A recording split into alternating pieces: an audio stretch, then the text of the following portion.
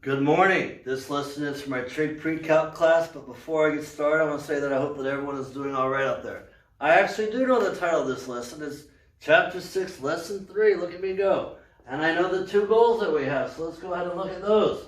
Our first goal is going to be to investigate what congruent triangle patterns work for the law of sines. Our second goal, now this is not a congruent triangle pattern, but it's going to work for the law of sines. We're going to see that the angle side-side pattern does work for the law of sines, and we're going to create a flow chart to determine how many triangles to solve. So this is called the ambiguous case, and we'll discuss that a little bit later. All right, so let's go ahead and jump right into our first goal. We want to review congruent triangle patterns and determine if triangles with these patterns, those patterns, are solvable using the law of sines. Remember, in order to use the law of sines, we need to have equations with one unknown. We will label the angles A, B, and C and their opposite sides A, B, and C respectively. This will allow us to fill in any empty spots in the law of sines, and here's the equation of the law of sines. So our first triangle congruence pattern is side, side, side, right, where we have three pairs of congruent sides. And I have an example with three side lengths known. So basically is three side lengths good enough to use the law of sines? So let me label the angles. So I'll just go clockwise. So there's A and there's B and there's C. Your opposite B, so your lowercase b, your opposite A, your lowercase a, and your opposite C, so your lowercase c, and I'm now going to plug into my law of sines. So I get sine of angle A. I don't have a measurement, so I have to have sine of angle A divided by the length opposite, which is 12, equals sine of angle B. I have no angle measurement there, but I do know its opposite side length, and that's 15. And I have to say sine of angle C, no angle, and that's divided by its opposite length, which is 8. Okay, so let's look at our law of sines. If I cover this up, I cannot solve this equation because I have two unknowns, angle A and angle B. If I cover this up, I have two unknowns, angle B and angle C. And if I cover this up, I have two unknowns, angle A and angle C. So I cannot use the law of sines if I know three side lengths. Side, side, side, or knowing three side lengths does not allow me to use the law of sines. So let me find a good marker here. Can't use the law of sines if we know three side lengths. All right, so can't use law of sines knowing three side lengths.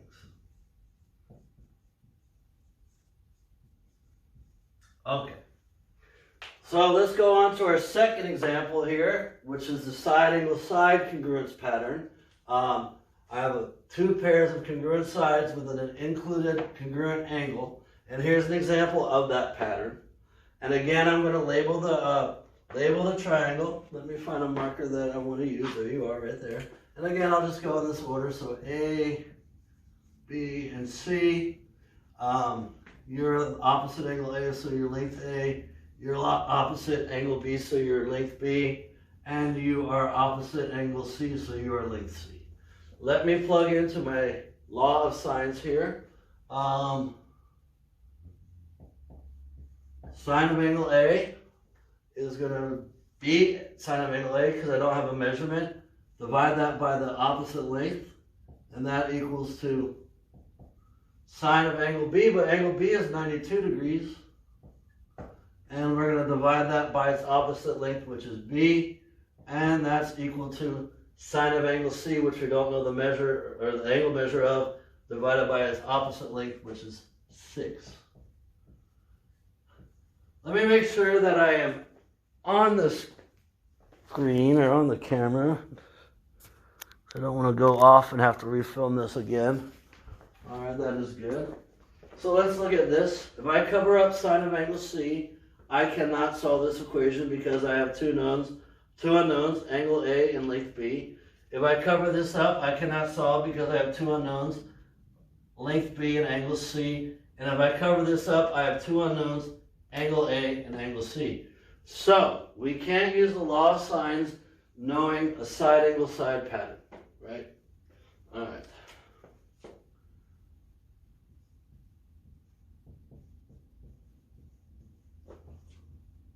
I'll just abbreviate. That was much easier. L of sines using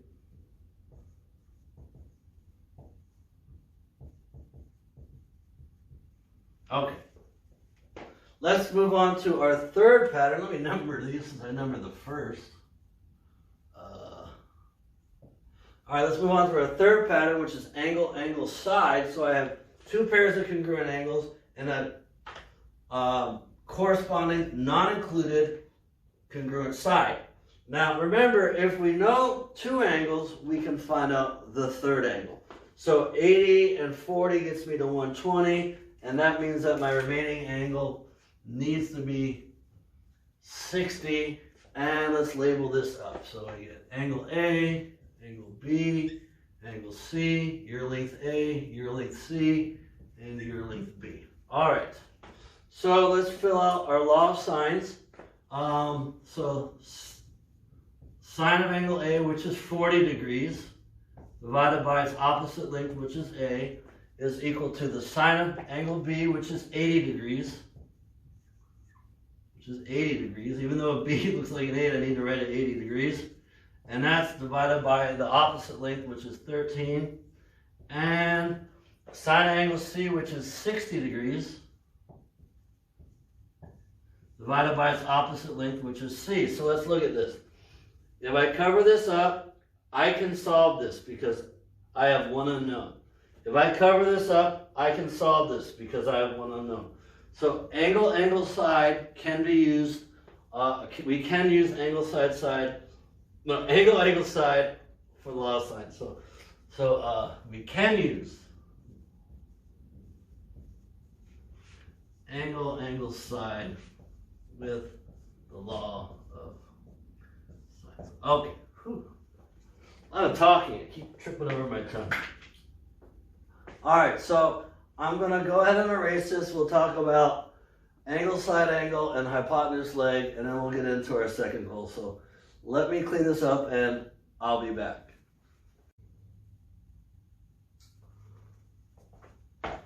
I'm back. So let's go ahead and continue with our first goal here. And we're looking at now the angle, side angle congruence pattern. So I have two pairs of congruent angles and a congruent included side. So I'm representing this pattern with this triangle. And again, let me name the angles. So your angle A, your angle B, your angle C. 11 is the length of side C, opposite angle C. I don't know the length of side A, and I don't know the length of side B, which is opposite angle B. I can, however, determine my third angle because I know that I have 120 degrees of angles currently. So let's see, 120, I need 60 more. So I do have a measurement for angle 60. So let's go ahead and set up our law of sines here. Oh, email. Set up our law of sines here. So I get the sine of angle A, which is 50 degrees, divided by its opposite length, which is just length A, and that's equal to sine of 70 degrees,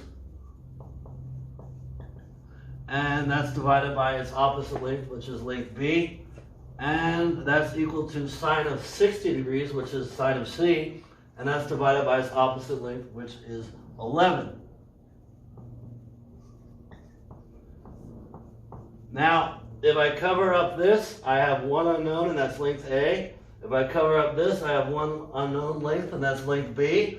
So I can use the law of sines when I have an angle side angle pattern. So we can use the law of sines for this situation. Let me find a better pen.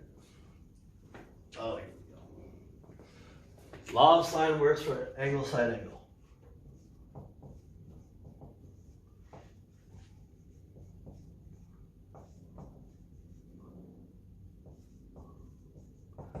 All right, so number 5 is the hypotenuse leg pattern. Remember, hypotenuse leg pattern is on the right triangle, so I know that I have the length of the hypotenuse and I have a length of a leg, and I want to determine if the law of sines works. So think about this for a second. We don't need the law of sines. Oh, my T went backwards.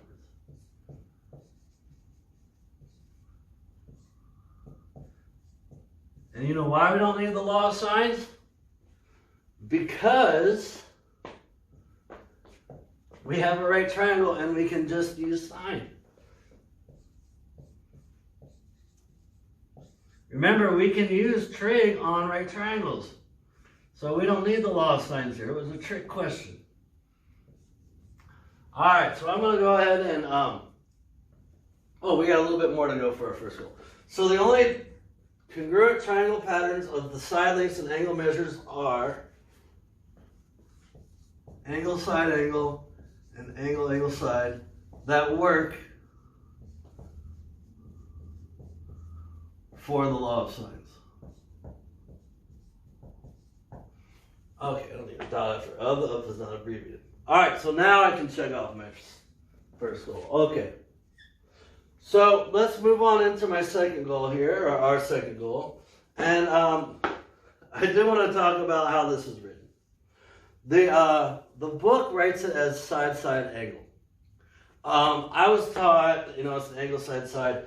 And I do remember, I'm chuckling because I do remember when I was in high school, we were learning about angle, angle, side, and angle, side, angle, and side, angle, side. And I remember asking my teacher, I remember asking my teacher, Mr. Weeks, hey, Mr. Weeks, what about angle, side, side? And Mr. Weeks, without skipping a beat, looked at me and said, Chris, the only angle, side, side in here is you. And well played, Mr. Weeks, well played. So, I guess the book is trying to be mature by calling it side, side, angle, but it's angle, side, side. And it's just like the people who mispronounce the planet Uranus, it's Uranus. Say it correctly, it's Uranus. So we're going to call it angle, side, side. Giggle if you want, I don't care.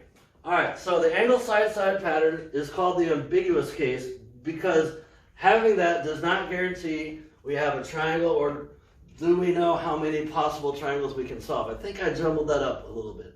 So angle, side, side means we might not have a triangle, or if we do have a triangle, we don't know how many we have. I should have worded it like that, it would have been much better.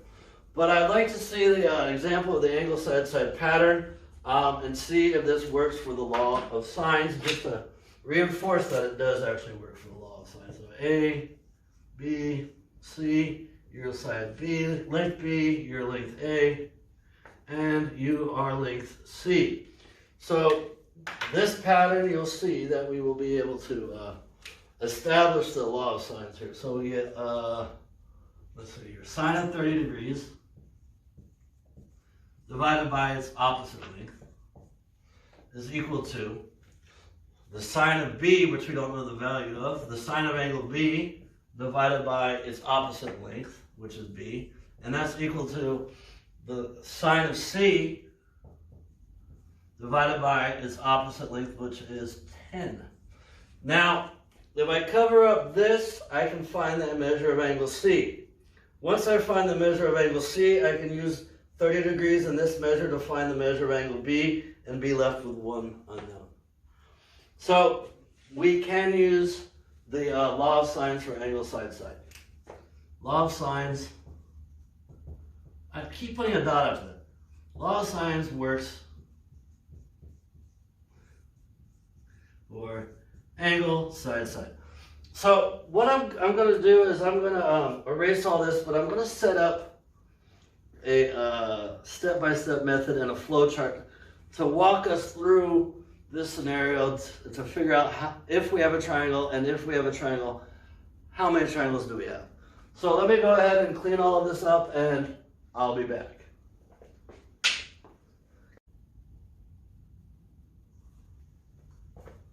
I'm back. So let's go ahead and continue with our second goal here. Remember, we're going to create a flow chart to determine how many triangles there are to solve in the case of the angle, side, side pattern, and determine if there's any triangles to solve. So let's jump right into this. It's a little bit wordy, but make sure you copy this all down, because I believe once you've seen this worked out, once, it'll be kind of simple to actually do. Okay, so in order to use the angle side-side flowchart, we need to do a few things. First, we may need to rename the triangle. Name the angle with the angle measure, angle A, the angle between the known side lengths, angle B, and angle C is the remaining angle. Label the opposite side lengths with the angle names using the lowercase letters. I didn't write that how I read it, but that's okay.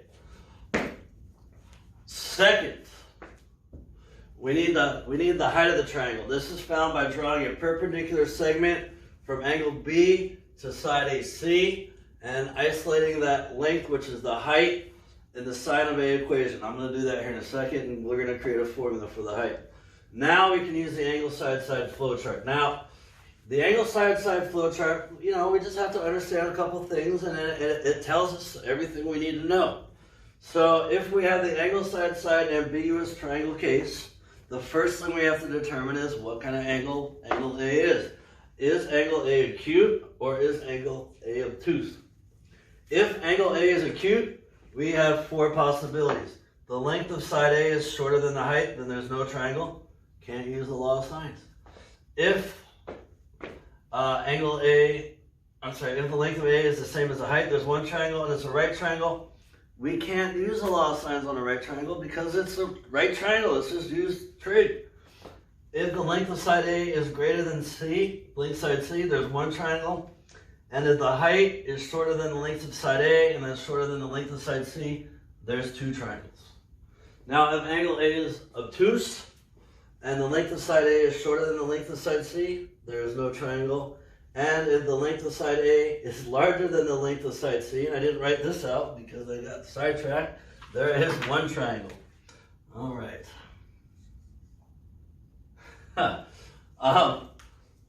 So let's create the formula for the height. It's a one-man show, what do you expect? So again, we're going to find the formula for height by using the sine equation, right? So the sine of angle A is equal to the opposite length, which is the height in this case, divided by the hypotenuse, which is length C. If we multiply both sides by C, the C's on the right cancel, and I get the length of side C times the sine of angle A is equal to the height. All right, so this is what we need to do. Okay, so remember, first, we may need to rename the triangle. Second, we need to find the height. And then once we do that, we go into our flowchart and we can determine how many triangles, if any, are possible. Okay, so there's an example. Determine the number of possible triangles. I have the angle side-side pattern. So now I may need to rename the triangle. So name the angle with the angle measure, angle A. So you're not angle C anymore. You're angle A. Name the angle between the known side lengths, angle B. You're already angle B. And the remaining one needs to be angle C. Opposite A is length A. Opposite C is length C. And opposite length B is length B. Okay, so I did the first thing, I renamed it. The second thing I need to do is I need to calculate the height. And so remember, the height is equal to the sine of angle A times, I'm almost falling over here, times the length of side C. Where's my calculator machine? There you are. Okay, so clear. So sine of 20.5 times the length of side C, which is 31. And the height is 10.85, which will round to 10.9. So the height is 10.85, and we will round that to 10.9. Okay, we've got enough information now to go to the angle side-side flow chart. So let's look at angle A. Angle A is acute because it's between 0 and 90. So we are here. Is the length of side A shorter than the length of the height? No. So not that one. Is it equal to the height? No. Is it larger than side C? No. Is the height shorter than side A and shorter than side C? Yes. So in this particular case, there are two triangles that we would have to use the law of sines to solve.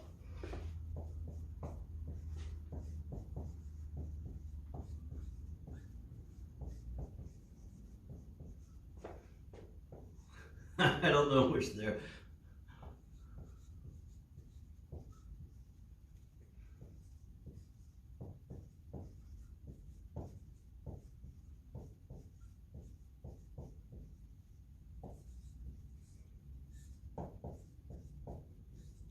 And again, there's two triangles that we would solve by the law of sines because height is 10.09 or 10.9, and that's less than my length A, which is 12, and that's less than my length C, which is 31. And let me double check and make sure I stayed on the whiteboard because I'm getting really tired of having to redo lessons because I go off of the whiteboard and I didn't. Oh, all right.